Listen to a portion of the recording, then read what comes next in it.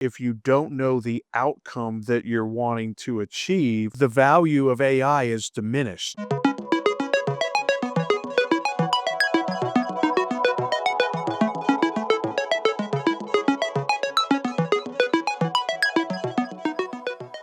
Going back to education, you created a situation, you had demand-driven education, meaning you knew what you were trying to accomplish and you knew that there was a gap. So you then pursued accounting, you got your MBA. One of the things that we just had our 9-year anniversary of the company and celebrated Monday. And one of the things I talked about, which is exciting here in the Atlanta office, and I know it's a little bit different for our international team members, but we put a significant amount of money that team members are able to take advantage of to get further education. One, we have class literally every Wednesday. We have a book of the month every single month. It's great. As especially in a technology type organization, the speed of exponential growth demands that you can't just say, I went to Right. school back then and now I don't really need to anymore. So walk us through kind of that mindset, because you identified in your position at the hospital that you needed to bridge the gap with specific education. Was it also income driven? Was it, hey, I want to just have a lot of utility and so I have mobility and flexibility in the marketplace? Or is it, hey, I have this affinity for numbers and accounting, and maybe this is just something I'm going to pursue longer term? Wow, that's a lot to unpack, but, I think that, it was a combination of things, JP, quite candidly. I looked at it and I said that I started to feel very unfulfilled in my role, running the blood bank at the hospital, and so I knew that there was more that I wanted to do, but I wasn't 100% sure what that looked like.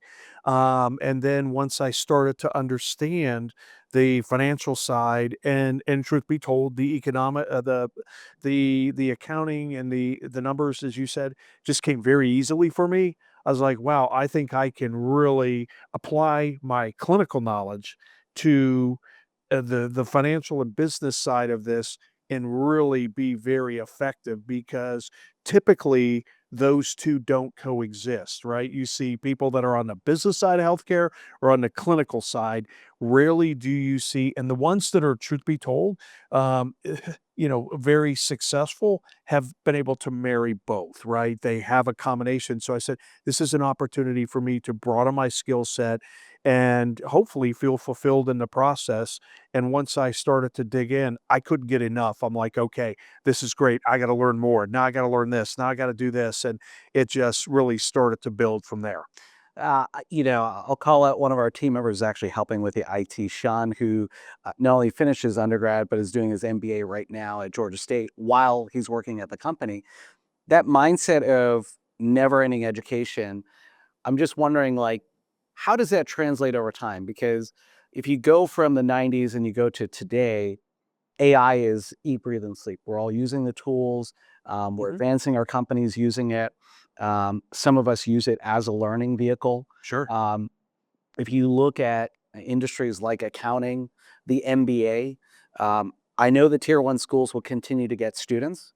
I'm now the director of AI and professor of AI at Rollins in Winter Park. I know And Rollins well. My wife graduated from there. in the positive of Rollins is that it's a great ecosystem. They've got a lot of capital, good endowment. A downside is a lot of the tier two, tier three schools are having a big question mark, which is, well, our costs are here, and no offense, we can learn a lot of this stuff on AI. And at the end of the day, as an employer, we're looking at character.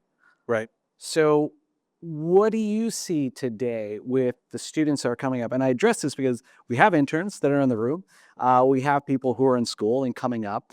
How should they perceive education in this marketplace, especially with student debt being in the trillions? How do you think about that and characterize that perspective of education and formal education in the university and college system? Well, I think that, I'll break that apart into two separate streams.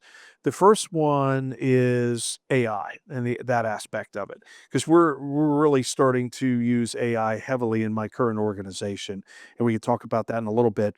But at the end of the day, the reality is that if you don't know the outcome that you're wanting to achieve, the value of AI is diminished. So having people that have experience to say, this is what I'm trying to accomplish.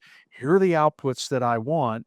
Now, can I leverage AI to accomplish that? That's powerful. And those are so that's why I don't think it's ever we're going to replace everyone, right? I mean, I just won't because you've got to there's a lot of things that are blatantly obvious that you want to achieve in an outcome. And so you've got to have that experience to pull it off, right? And then you look to AI to enable it. And we can talk about that in a little bit. But the second thing is that as I look at it and and folks going through school right now is, I mean, how do you take what you're passionate about, right?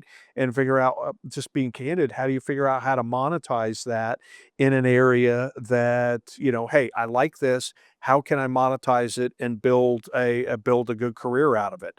But the thing that I would say is that I'm living proof of this, and I don't know if that's the best advice, but what I'll say is that don't be afraid to pivot.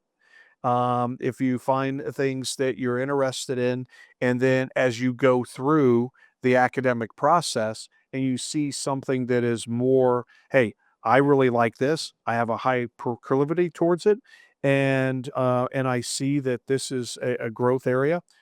Go for it, right? So don't be afraid to pivot because I think a lot of folks say, "Hey, I'm gonna jump in, I'm gonna do this, I'm gonna stick with it and get out." Then they find themselves without the opportunity.